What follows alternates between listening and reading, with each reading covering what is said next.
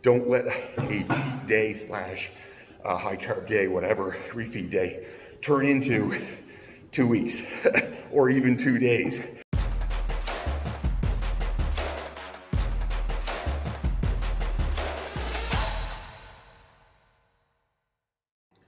Hey there, Coach Devin here. Didn't work out yesterday. Took the day off and I had what is called a refeed day. And a refeed day means you are refeeding your body. Means I didn't do any exercise and ate a lot more food, which is basically the high and low. But I'm going to give you a little bit of information on why you do a refeed day. It's similar to a cheat day, but a little bit different. And what is the point of a refeed day? So before you get going, hit that heart play down below, please. And please subscribe to the channel. The reason I do these videos is I've been a trainer for a long time. I've been a trainer around for 28 years. I've owned a gym for 11 years. The goal here is to help other people get more fit, not maybe make the same mistakes clients make and I've made over the years. So that's the whole point. So hit that heart down below. Please subscribe. If you have comments, you got questions about refeed or cheat days, write them up in the comments down below. I'd love to hear from you. Also, if you hit that bell on the other side, it will tell you when I'm making a new video. All right, let's get it on. I'm about to do some cardio. Let's talk about refeed days. Okay, so the reason you do a refeed day is you're trying to refeed your body. Now, why would you do that? Now, you don't do it if you're in a maintenance phase. So if you're eating calories to keep your body weight the way it is, you wouldn't do a refeed. It doesn't make any sense, right? Your body's not worn down. If you're in a caloric negative, means you're eating fewer calories than you're expending, you need a refeed day.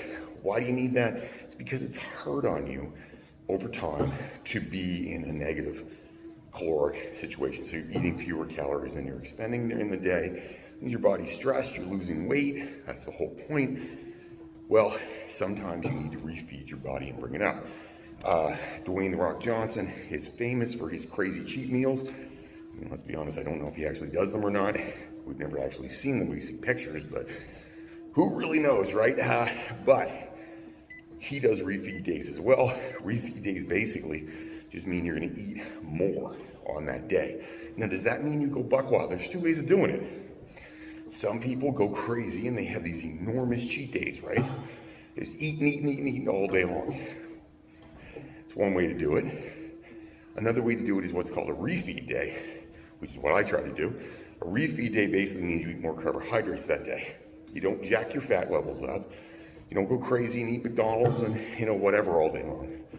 You eat healthy food or healthy-ish food, but you bring your carbohydrate level way up.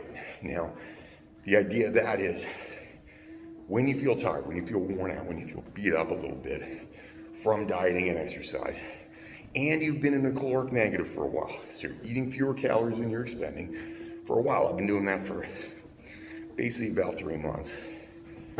I wouldn't suggest to go 3 months like I did. That's a bad idea. You probably want less than that, but every week to 2 weeks, you want to refeed your body.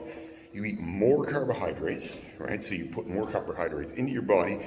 That's because the glycogen, carbohydrates turns into glycogen in your muscle cells. That's where you get energy. That's how it works. So you get energy from glycogen, or really from the carbohydrate, turns into glycogen. So if you're in a caloric negative all the time, getting tired, you're worn down, just feel beat up, well, guess what happens? You need extra glycogen, so you up your glycogen level. So for example, normally in the morning, my breakfast is 1/3 of a cup of oatmeal, cooked with protein powder and some fruit. Yesterday, it was a full cup of oatmeal, cooked with protein powder and fruit. So what I did was I basically knocked up my carbohydrate intake on breakfast 2 times, right? Because I doubled it twice. Well, not exactly twice, but instead of a cup, 1/3 of a cup, I had a full cup. That's the idea of how you do it on a refeed day. Now, did I do it perfectly all day? No. On a refeed day, what you're looking for is carbohydrates. So what did I have? I had a protein cookie later on. I tend to like protein cookie. That's my plug for Mama T protein cookies. Made right down the road in Truro. I know the lady who owns them. Tracy Ferguson is awesome. Had a protein cookie. That would have been like meal 2 for me normally. No big deal, right? Okay. With that, I also ate a bagel. Didn't put anything on it, just ate a bagel. That bagel is just a ton of carbohydrates, right? I didn't put a bunch of, butter or whatever on it. I just ate the bagel. The idea of that, again, up my carbohydrate level. So that's meal number 2. Basically, I've had what I normally would have, but I've upped it. Meal 3, instead of having a wrap, which is something I like to do a lot of, chicken, a bunch of vegetables, and a wrap, which is a lower carb situation. Instead of a wrap, I had a sandwich. With that sandwich, all the same stuff on it, right? Nothing different, except I had bread this time, and I had, instead of, 1 wrap, I had 2. So it is basically double plus the amount of carbohydrates I had. At that point, I'm feeling really full, like I am stuffed. Mid-afternoon, I did have French fries. I was at a cheer competition. Harder to stay on it with a cheer competition, so I had, again, a wrap there with French fries. And then for supper, we went out to eat. We went to a Mexican place, ate a bunch of chicken with vegetables, and a ton of rice. Again, just trying to drive up that carbohydrate level higher. At that point, I am stuffed. I mean, stupid stuffed. But after supper, about 8:30 at night, again, I had toast, 2 pieces of toast with a little bit of peanut butter on them. I do like peanut butter, huge peanut butter fan. It can be a challenge for me to not eat peanut butter all the time. I did eat toast with peanut butter, and then I had a bowl of cereal. Again, if you have non-sugary cereal, it's a great way to get a ton of carbohydrates quickly. So I had a bowl of cereal, then I went to bed. That was basically it. We did have a couple snacks for movie night. I had some M&Ms, which again is just a bunch of sugar. Did I need it? No, but you know what? Felt pretty good, and I like M&Ms, and we didn't have our movie night on Friday, so I like to have that stuff in there. That basically is how I did my refeed / cheat meal, or cheat day situation. The idea, again, was that I would get more carbohydrates, more calories into my body, so I feel better.